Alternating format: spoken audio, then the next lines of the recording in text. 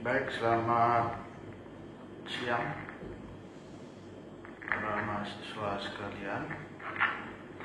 Pada kesempatan ini saya akan melanjutkan menjelaskan materi tentang red flag. Red flag ini merupakan materi ke-5 ya. Materi atau pertemuan kelima, materi keempat. Kita mulai saja untuk mempersingkat waktu. Red flag itu sebenarnya apa gitu? Red flag, bendera merah ya, kalau diterjemahkan ke dalam bahasa Indonesia. Red flag itu kalau menurut CFE atau buku yang kita gunakan menyatakan bahwa red flag itu sebenarnya adalah sinonim dari sidik jari kecurangan gitu. Jadi dia sebenarnya adalah hal yang ditinggalkan ketika pelaku kecurangan melakukan kecurangan. Sama dengan sidik jari. Jadi kalau sidik jari itu adalah hal yang ditinggalkan seorang penjahat ketika selesai melakukan kejahatan.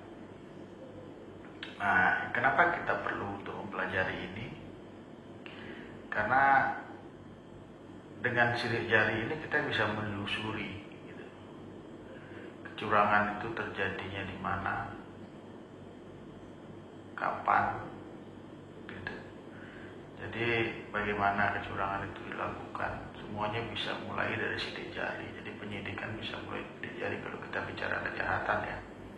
Ketika ada orang dibunuh, ada sidik jarinya. Dari sidik jari ini kita berangkat bisa menelusuri kira-kira pelakunya siapa. Kemudian dari saksi-saksi kita dapat informasi bagaimana kejahatan itu dilakukan. Nah, demikian pula dengan red flag ini dalam fraud. Jadi dia adalah hal-hal yang kemungkinan ditinggalkan atau gejala-gejala yang timbul ketika sebuah fraud itu terjadi. Nah, kecurangan akan meninggalkan jejak gitu. Apa saja jejaknya gitu. Kalau kita perhatikan, kalau misalnya orang melakukan kecurangan laporan keuangan dengan meninggikan aset, meninggikan pendapatan, akan terjadi anomali akuntansi gitu. Jadi ada hal-hal yang secara akuntansi aneh gitu. Kenapa? Tiba-tiba penjualannya naik 100% padahal sebelumnya tidak pernah naik seperti itu. Sedangkan kenaikannya tidak bisa dijelaskan. Nah, itu anomali jadinya. Nah, kemudian banyak transaksi tidak wajar misalnya gitu. Atau bahkan ada perubahan sikap dari pegawai. Nanti kita akan pelajari lah. Kita akan pelajari di red flag ini bagaimana ada red flag yang ditinggalkan oleh fraud yang terjadi. Nah, apa gunanya kita mempelajari red flag? Red flag ini berguna untuk melakukan pencegahan. Gitu. Ketika kita sudah tahu bahwa kalau ada hal seperti ini, berarti ada kecurangan. Paling tidak itu menunjukkan gejala awal. Gitu. Walaupun sebenarnya kita tidak bisa langsung menuduh ketika ada red flag berarti sudah ada fraud. Belum tentu juga, tetapi paling tidak red flag ini bisa menjadi pintu masuk untuk menentukan kecurangan itu terjadi atau tidak gitu. Sehingga red flag ini sangat berguna sebenarnya untuk mendeteksi kecurangan. Selanjutnya setelah bisa deteksi mungkin bisa melakukan pencegahan. Nah, itu sebenarnya guna. Jadi beberapa materi ke depan, ke belakang yang sudah kita pelajari, 4 materi itu semuanya adalah base dasar untuk kita bisa melakukan fraud prevention, fraud detection, dan fraud response gitu. Jadi itu adalah basic ilmu yang harus dipunya oleh seorang akuntan forensik untuk bisa memenuhi kompetensi, salah satu kompetensi akuntan forensik yaitu bisa melakukan pencegahan, pendeteksian, dan respon terhadap fraud. Itu adalah kompetensi pertama yang harus dimiliki oleh seorang auditor. Selain kompetensi yang lain, mungkin ada bisa melakukan fraud audit, itu adalah kompetensi seorang akuntan forensik. Kemudian bisa melakukan investigasi, bisa menghitung kerugian, atau kerugian negara, misalnya bisa menjadi saksi ahli di pengadilan. Nah, itu adalah kompetensi yang lain. Tapi kompetensi pertamanya adalah harus bisa melakukan pencegahan fraud, pendeteksian fraud, dan melakukan respon terhadap fraud. Nah, ini yang pertama harus dipahami, sehingga kita di sini belajar yang kemarin kita pelajari fraud principle, fraud scheme, kemudian sekarang red flag. Ini semua nanti penting. Apalagi ketika kita masuk nanti ke bab berikutnya, di mana kita akan belajar fraud risk assessment, maka di situ kita harus paham benar apa itu skema-skemanya, bagaimana red flagnya gitu. Nah, jadi red flag ini adalah gejala atau sidik jari kecurangan ya, gejala yang akan muncul ketika kecurangan terjadi. Nah, red flag ini sebenarnya memahami red flag ini sebenarnya sudah bukan hanya kita di akuntan forensik yang belajar ini, tapi sebenarnya semua profesi audit itu sudah mengharuskan auditornya untuk memahami red flag. Itu terbukti dengan beberapa standar asosiasi profesi, baik itu di ICPA, baik itu di ISACA, Information System Audit, baik itu di Internal Audit Association, itu juga sudah diwajibkan bahwa seorang auditor itu dalam standarnya sudah diwajibkan bahwa seorang auditor itu harus memahami red flag ini. Kenapa? Karena kalau dia tidak membaca ini, mengabaikan red flag ini, bisa jadi akan ada sesuatu di belakang terhadap hasil auditnya yang dilakukan. Karena red flag ini menunjukkan gejala-gejala kalau ada ketidakberesan di dalam internal laporan keuangan gitu. Jadi semua profesi sudah mewajibkan auditornya untuk memahami red flag. Nah, sekarang kita coba masuk apa saja sih red flag yang harus kita pahami gitu. Nah, karena kita belajar skemanya itu berdasarkan ICPA, jadi kita belajar skema fraud itu ada financial statement audit, financial statement fraud, ada asset misappropriation dan corruption, jadi 3 tadi. Maka red flag-nya juga kita akan pelajari untuk ketiga hal itu secara garis besar. Nanti detailnya juga kita akan pelajari. Jadi secara garis besar disebut sebagai common red flag atau red flag umum. Jadi gejala-gejala umum dari apa gejala umumnya apabila terjadi kecurangan laporan keuangan, apa gejala umumnya ketika terjadi penyalahgunaan aset gitu, apa gejala umumnya ketika terjadi korupsi. Selain itu nanti kita akan belajar gejala spesifiknya, gejala khususnya apa, red flag khususnya apa gitu. Red flag umumnya kita pelajari, red flag khususnya juga kita pelajari. Nah, karena ini banyak materinya, saya mungkin percepat saja, nanti saudara bisa baca lebih lanjut ya. Nah, kita masuk sekarang gejala umum dulu untuk red flag financial statement fraud. Jadi kalau ada misalnya kecurangan laporan keuangan, apa sih gejala-gejala umumnya gitu. Nah, seperti yang sudah saya tinggung di depan tadi, salah satunya adalah ada anomali akuntansi gitu. Jadi ketika terjadi fraud dengan menggunakan laporan keuangan, pasti di laporan keuangan itu akan ada anomali-anomalinya. Entah itu ketika kita analisis dengan tren ada yang aneh gitu. Ketika kan kita melakukan analisis rasio, ada rasio-rasio yang aneh, nah itu anomali-anomali akuntansi. Nah, kalau sudah ada kejadian seperti itu, maka patut dicurigai gitu ya. Belum menuduh ya, patut dicurigai ada fraud di dalam laporan keuangan. Nah, itu salah satu gejala umumnya, ada anomali. Yang kedua ada rapid growth. Rapid growth itu artinya ada pertumbuhan yang sangat cepat dan tidak wajar. Ya tiba-tiba saja misalnya pendapatan naik, misalnya ada improper asset valuation, jadi penilaian aset itu sangat tinggi misalnya. Ya kelihatan ada pertumbuhan aset tinggi sekali gitu. Tahun lalu punya aset 1 miliar, sekarang tiba-tiba jadi 3 miliar, padahal nggak pernah beli aset gitu. Nah, kan ada pertumbuhan yang cepat tapi aneh gitu kan. Nah, itu bisa dilihat dari laporan keuangannya. Kemudian ada unusual profit, jadi ada profit yang nggak wajar dan tidak seperti umumnya gitu. Jadi kalau dulu profitnya hanya 10%, tiba-tiba tahun ini 40%. Penjualan sama, harga jual tidak berubah, ada sesuatu mungkin kan. oh ternyata ada overstatement di pendapatan misalnya. Nah jadi itu contoh gitu, itu contoh ketika gejala-gejala yang akan muncul atau red flag yang akan muncul ketika adanya kecurangan di laporan keuangan. Kemudian lemahnya internal control.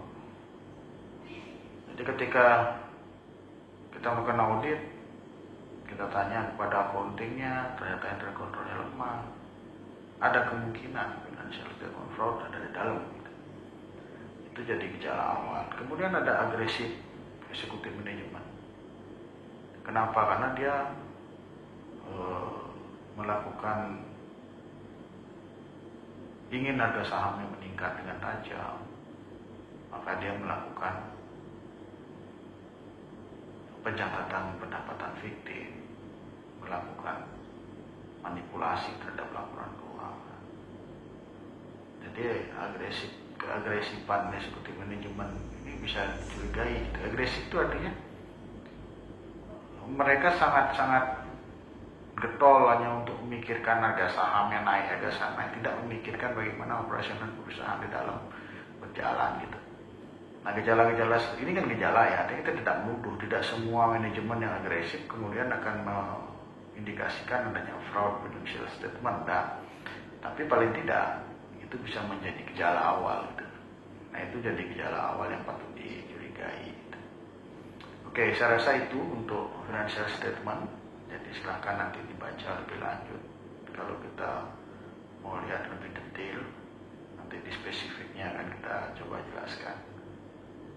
Kemudian obsesi manajemen kepada harga saham ini sudah tadi, mikro manajemen, eksekutif manajemen. Artinya manajemen itu melakukan hal-hal yang kecil gitu. Padahal kan kalau eksekutif manajemen itu duduk di atas ya, duduk di atas pemerintah, tidak, dia turun melakukan hal-hal kecil, bahkan ikut menyusun laporan keuangan. Nah ini berarti mencurigakan gitu. Kenapa eksekutif manajemen melakukan hal-hal mikro yang kecil? Ya karena dia mungkin biar bisa mengendalikan laporan keuangan dengan baik, biar angka-angkanya bisa sesuai selera dan kehendak dia kan gitu. Nah itu juga patut dicurigai adanya suatu fraud financial statement. Oke, kita lanjut sekarang yang kedua, asset misappropriation. Apa gejala-gejala umumnya kalau terjadi asset misappropriation atau penyalahgunaan aset? Nah, penyalahgunaan aset kan macam-macam ya, seperti yang kita sudah pelajari di fraud scheme kemarin. Salah satunya mungkin kemarin ada pencurian ya, pencurian aset, pencurian kas, itu kan termasuk aset misappropriation. Apa gejala yang akan timbul ketika pegawai itu mencuri banyak dari perusahaan? Nah, mungkin ada perubahan perilaku. Jadi ketakutan kalau dipanggil oleh bos, ketakutan ketemu orang, nggak berani kontak mata sama orang itu. Ada perubahan. Kemudian meningkatnya artinya penolakan gitu, meningkatnya penolakan kepada perusahaan. Selalu merasa tidak puas dengan perusahaan. Karakter problem itu artinya ya pegawainya jadi pemarah misalnya, nggak suka sama perusahaan, tiba-tiba selalu menjelek-jelekan perusahaan, konsisten anger, yang pemarah, sering mencaci maki misalnya. Ada perubahan sikap. Kenapa mereka berubah sikap? Karena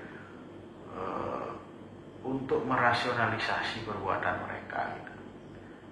Saya sengaja ngambil barang perusahaan karena saya kesel sama perusahaan gitu. Itu kan rasionalisasi. Wajar saja saya ngambil barang dia, saya sudah berjasa sama perusahaan ini sedemikian lama tapi saya nggak dikasih apa-apa. Untuk pembenaran dia melakukan kejahatan, maka dia akan bersikap seperti itu gitu. Nah kemudian cenderung menyalahkan orang lain. Apabila ditemukan suatu kesalahan, dia pasti akan menyatakan temannya yang kemarin melakukan kesalahan, bukan saya. Selalu menyalahkan orang lain. Nah yang terakhir itu perubahan gaya hidup. pegawai yang mencuri banyak dari perusahaan pasti akan berubah gaya hidupnya, karena dia akan banyak uang kan. Banyak uang berubah gaya hidup, tiba-tiba beli mobil, tiba-tiba punya rumah mewah gitu kan, karena udah banyak mengambil dari perusahaan. Nah itu gejala umum ya, gejala umum yang mungkin akan timbul ketika adanya penyalahgunaan aset oleh karyawan di dalam perusahaan. Tapi sekali lagi, tidak semua gejala umum tadi langsung bisa divonis bahwa terjadi fraud, tidak bisa. Tentu akan perlu penyidikan lebih lanjut, penelitian lebih lanjut terhadap fraud itu. Itulah fungsinya seorang akuntan forensik. Tapi paling tidak red flag ini menjadi pintu masuk untuk melihat apakah memang fraud itu terjadi atau tidak. Oke, kita lanjut. Gejala umum atau red flag umum untuk korupsi. Jadi kita lihat common red flag of corruption. Apa kira-kira red flagnya ketika terjadi korupsi di sebuah organisasi? Pertama, ada hubungan kuat antara karyawan dengan vendor. Ketika karyawan dan vendor ini bersahabat gitu, maka patut dicurigai ya, bukan patut dituduh gitu. Patut dicurigai bahwa terjadi hubungan antara vendor dan karyawan terkait dengan pengadaan di organisasi itu. Jadi ada kemungkinan dia kong kali kong gitu dalam tender dan sebagainya. Kemudian lack of review management approval. Ya ini biasanya kalau sudah ada korupsi dalam ketika menyeleksi peserta tender itu akan ada kelemahan sistem. Artinya sistem nggak jalan. Artinya banyak ketentuan dilanggar. Yang penting si A bisa masuk ikut tender gitu misalnya. Si B bisa masuk, reviewnya hanya sebentar tiba-tiba sudah diputuskan gitu. Nah itu menunjukkan bahwa ada sesuatu gitu, untuk ada keinginan dia di dalam untuk mempermudah si vendor untuk memenangkan tender. Kemudian pencatatan transaksi juga nggak bagus. Jadi kalau ada korupsi, gejalanya anomali in recording transaction. Kemudian ada anomali in approving vendor gitu. Kalau biasanya vendor itu ditentukan dengan berbagai cara, dengan berbagai ketentuan, ini bisa diringankan. Udah terima aja lah teman saya misalnya. Itu menunjukkan ada lemahnya approving untuk vendor. Jadi gejala-gejala umum ini bisa menjadi petunjuk awal gitu bahwa sebenarnya di dalam organisasi itu sudah terjadi fraud.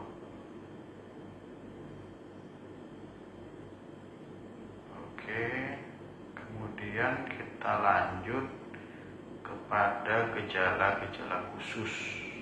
Nah, apa gejala khususnya ketika terjadi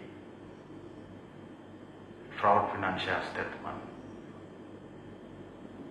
Nah, contoh misalnya di sini timing differences. Jadi misalnya salah satu bentuk skema kecurangan di financial statement adalah timing differences, yaitu seperti yang sudah kita jelaskan di fraud scheme. Timing differences itu artinya pengakuan yang berbeda terhadap transaksi yang seharusnya diakui beberapa tahun gitu ya, tapi kemudian diakui hanya 1 tahun misalnya. Contoh pendapatan dari kontrak yang 3 tahun diakui 1 tahun, sehingga pada tahun itu pendapatannya jadi tinggi banget gitu. Padahal seharusnya kan kalau yang benar kan harus diakui selama 3 tahun. Tahun pertama sepertiga, tahun kedua sepertiga, tahun ketiga sepertiga. Tapi kalau diakui sekalian, itu tentu akan membuat pendapatan jadi kelihatan besar gitu. Nah, gejala-gejalanya kalau ada kecurangan seperti ini, artinya sengaja untuk mengakui itu sebagai dalam yang harusnya 1 tahun yang harusnya 3 tahun diakui dalam 1 tahun, maka yang akan muncul adalah adanya keanehan di dalam rasio gitu. Anehnya gimana? Ya tentu akan sulit untuk menyeimbangkan pendapatan dan biayanya, karena nggak mungkin dong pengeluaran 3 tahun juga akan dimasukkan ke dalam tahun itu. Pasti nanti akan ada perbedaan mencolok dalam tren pembiayaannya. Demikian juga dalam tren pendapatannya pasti akan ada perbedaan mencolok. Nah itu red flag-nya yang ditinggalkan apabila terjadi kecurangan time differences ini.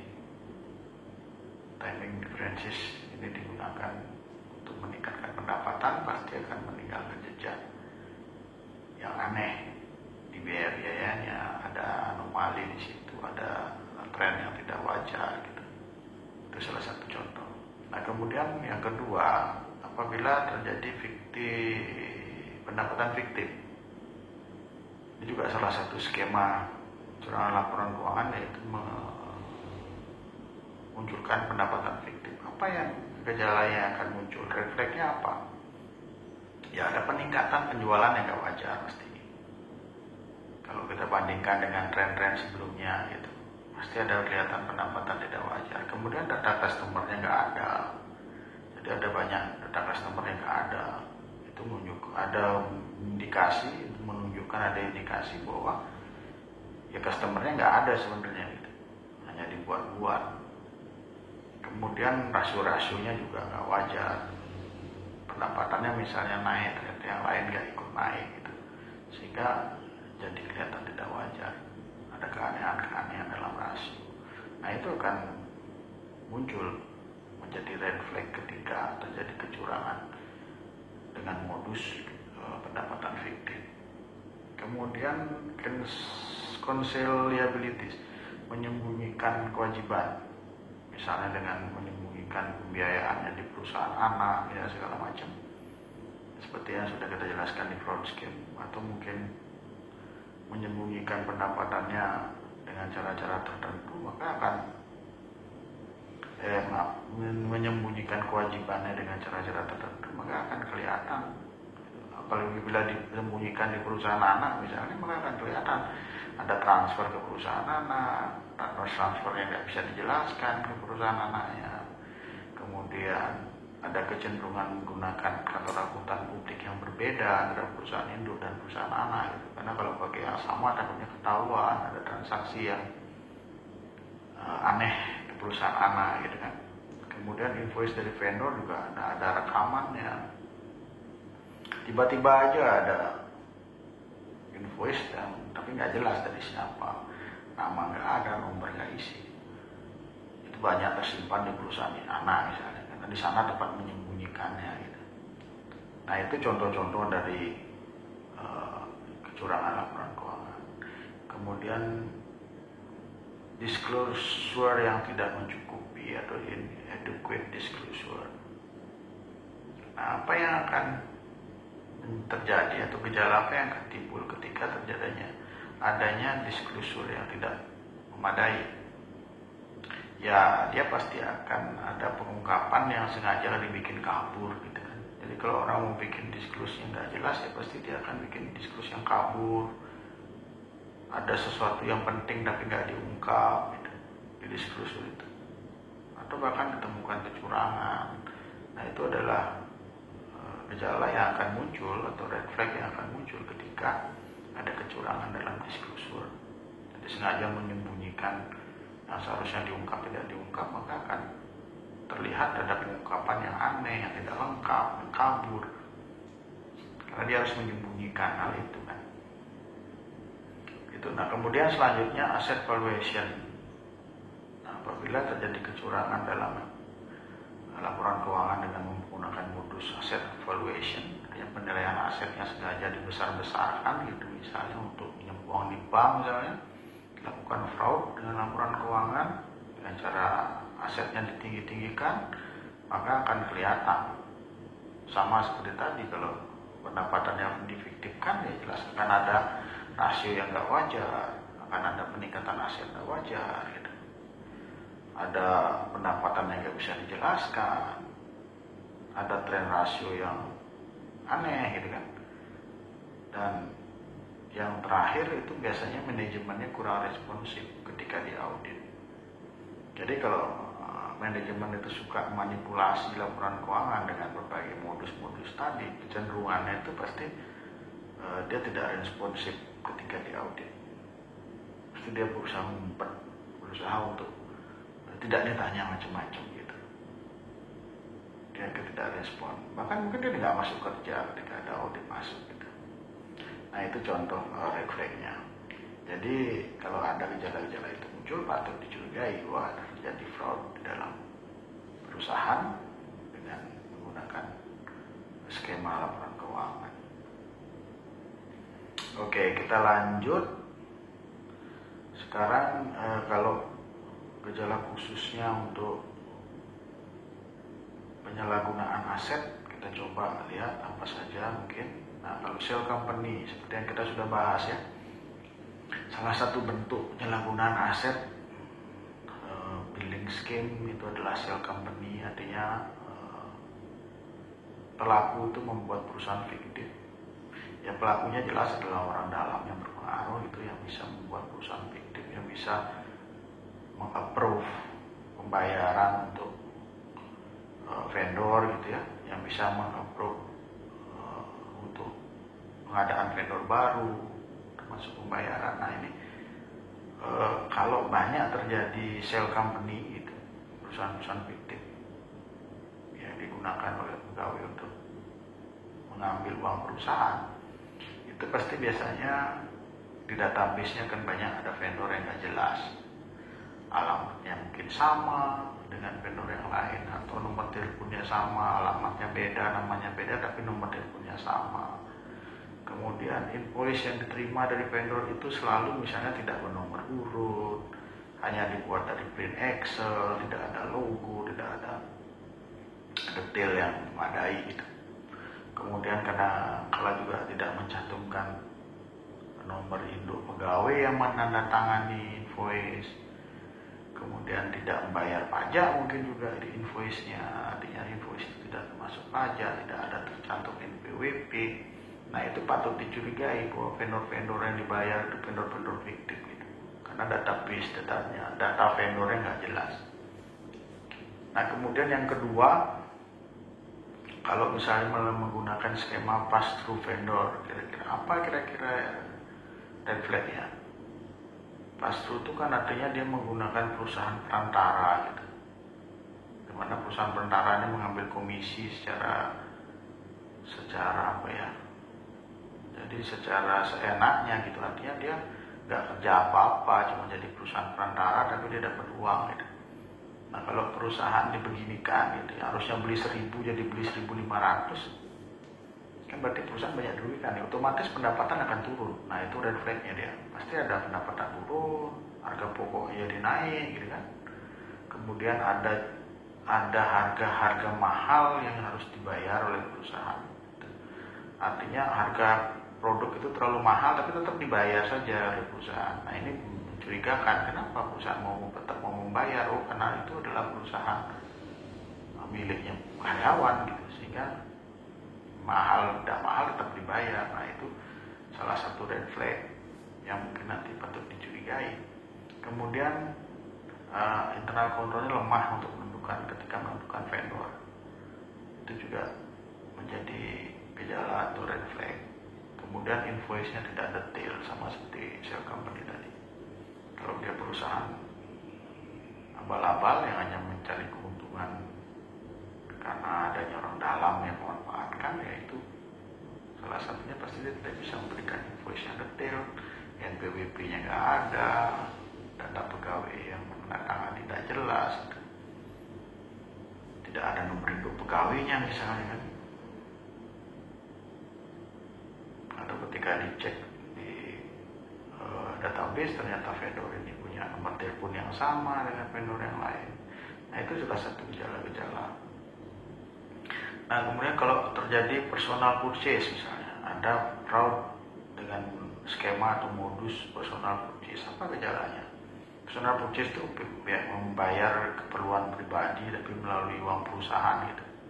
dengan uang perusahaan membayar kepentingan pribadi, misalnya liburan tapi dibebankan ke perusahaan karena dia punya fasilitas kartu kredit dari perusahaan, mungkin sebagai manajer misalnya kan ada fasilitas yang mana kartu kreditnya dibayar oleh perusahaan, kemudian kartu kredit ini untuk liburan dan juga dianggap untuk perjalanan dinas gitu.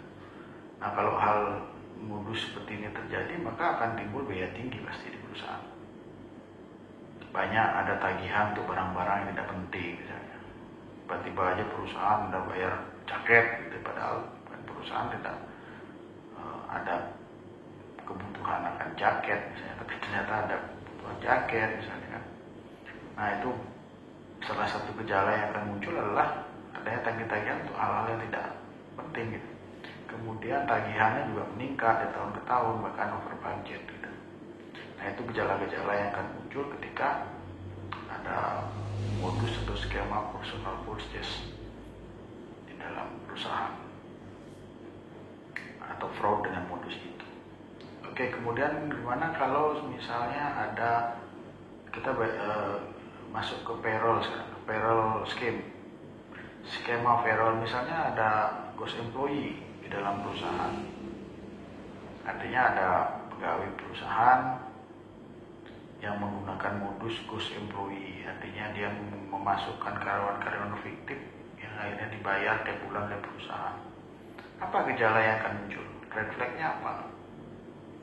Nah, biaya upahnya pasti membengkak. Itu gejalanya.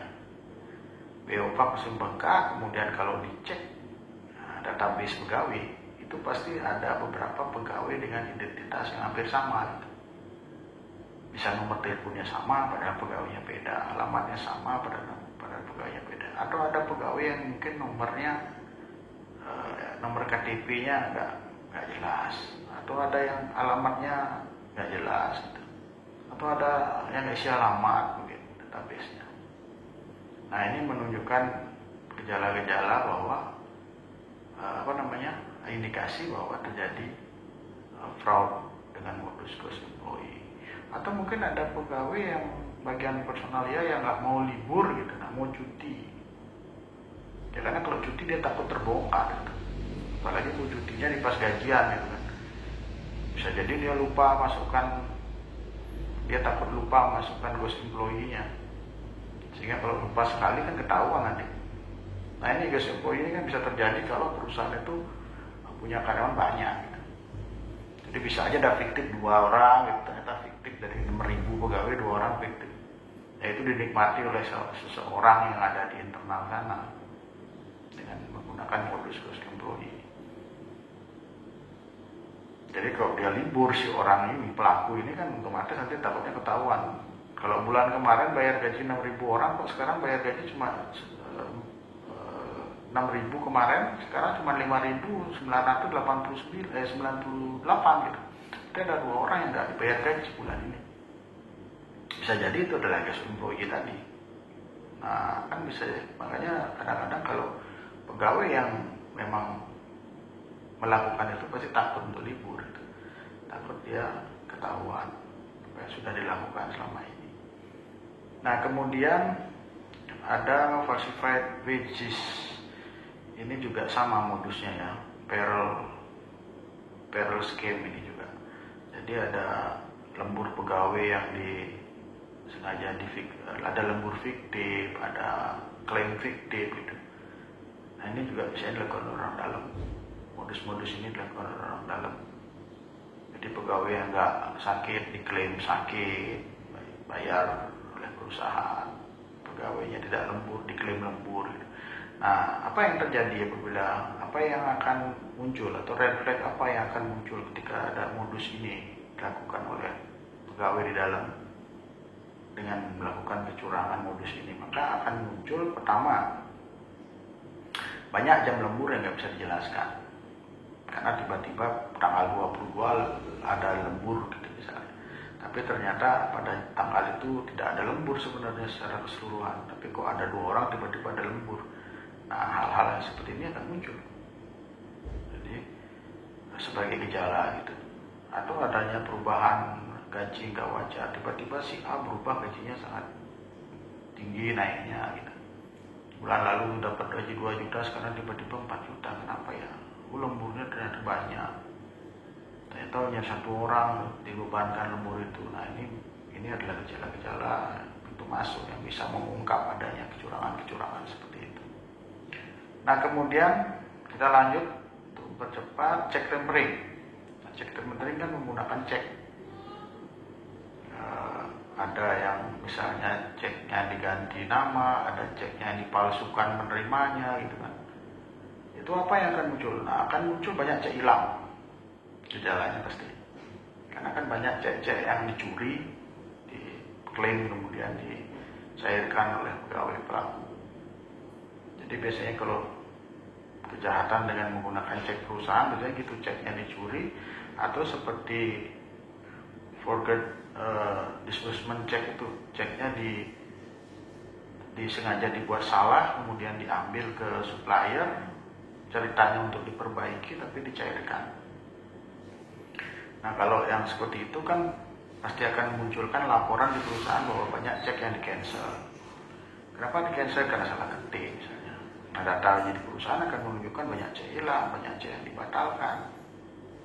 Ada cek yang harusnya dibayarkan kepada vendor tapi ternyata vendornya atas nama karyawan gitu.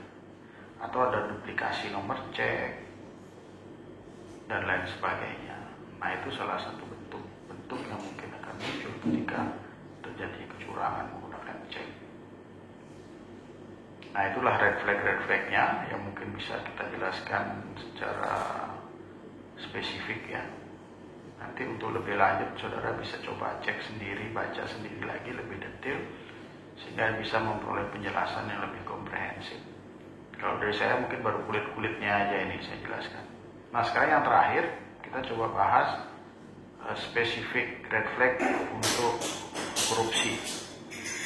Korupsi itu kita coba lihat misalnya konflik of interest. Jadi kalau ada modus korupsi dengan konflik of interest, dengan skema konflik of interest, apa yang akan muncul?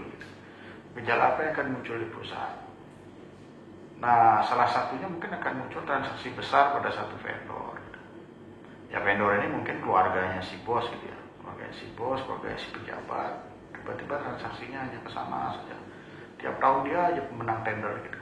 Nah itu salah satu contoh red flag yang akan muncul adanya transaksi besar kepada satu vendor. Kemudian adanya hubungan antara pegawai dengan vendor yang sangat baik. Nah ini kalau pegawai dan vendor ada hubungan sangat baik, patut dicurigai bahwa terjadi korupsi dalam tender. Gitu. Kemudian adanya lemahnya pemisahan urusan kontrak dengan pembayaran. Jadi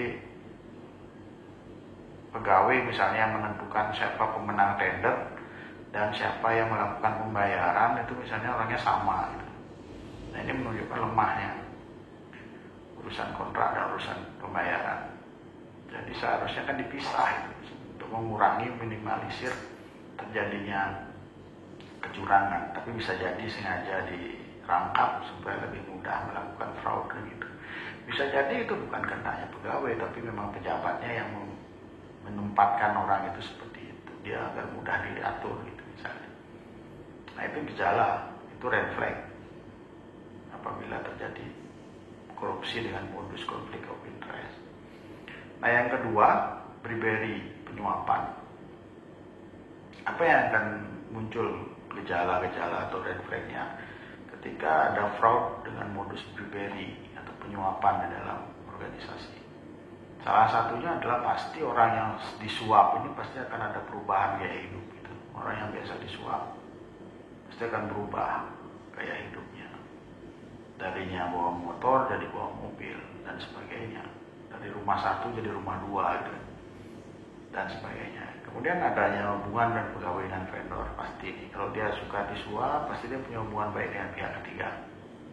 Baik itu vendor, baik itu orang yang memanfaatkan jasanya perusahaan, pasti akan ada hubungan baik. Kemudian lemahnya persetujuan vendor dan pembayaran. Nah, ini sama tadi. Kalau orang yang satu pegawai disuap, pasti dia akan berusaha untuk memenangkan penyuapnya gitu. Sehingga dia pasti akan berusaha untuk memiliki kewenangan dalam menyetujui si vendor dan melakukan pembayaran. Dia akan berusaha untuk memperoleh posisi itu. Atau yang itu akan dilakukan oleh orang yang ada pada posisi itu.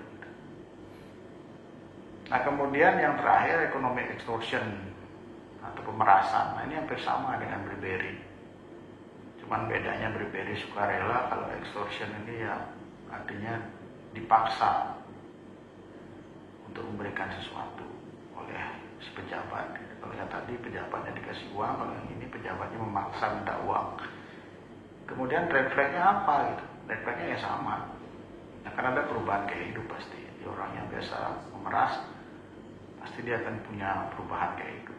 Dari yang naik motor berubah jadi naik mobil, dari punya mobil berubah jadi mobil mewah gitu. Atau dari rumah satu berubah rumah dua, dari pakai jam biasa jadi jam Rolex. Nah itu perubahan gaya hidup. Dan yang lainnya mungkin sama dengan bribery. Artinya ada lemahnya persetujuan terhadap vendor atau pihak ketiga yang terkait dengan perusahaan, dengan maksud untuk memudahkan orang-orang yang bisa dia peras untuk masuk sebagai pihak ketiga di perusahaan itu, entah itu sebagai vendor, entah itu sebagai pemakai jasa. Oke, saya rasa itu yang bisa saya sampaikan. Sekali lagi, red flag ini hanya gejala, hanya petunjuk awal, atau hanya sidik jari dari kecurangan gitu. Sehingga kita tidak bisa menyimpulkan hanya dengan red flag yang kita temukan, tapi juga harus melakukan penelitian dan investigasi lebih lanjut untuk bisa menentukan apakah fraud itu benar terjadi atau tidak. Untuk selanjutnya silakan saudara-saudara baca kembali bukunya dengan lebih detail, karena seperti yang saya ungkap tadi, apa yang saya jelaskan baru kulit-kulitnya saja. Mungkin kalau ingin memahami lebih komprehensif bisa dibaca lebih lanjut. Oke, sekian materi red flag untuk siang hari ini. Saya akhiri dengan ucapan selamat siang.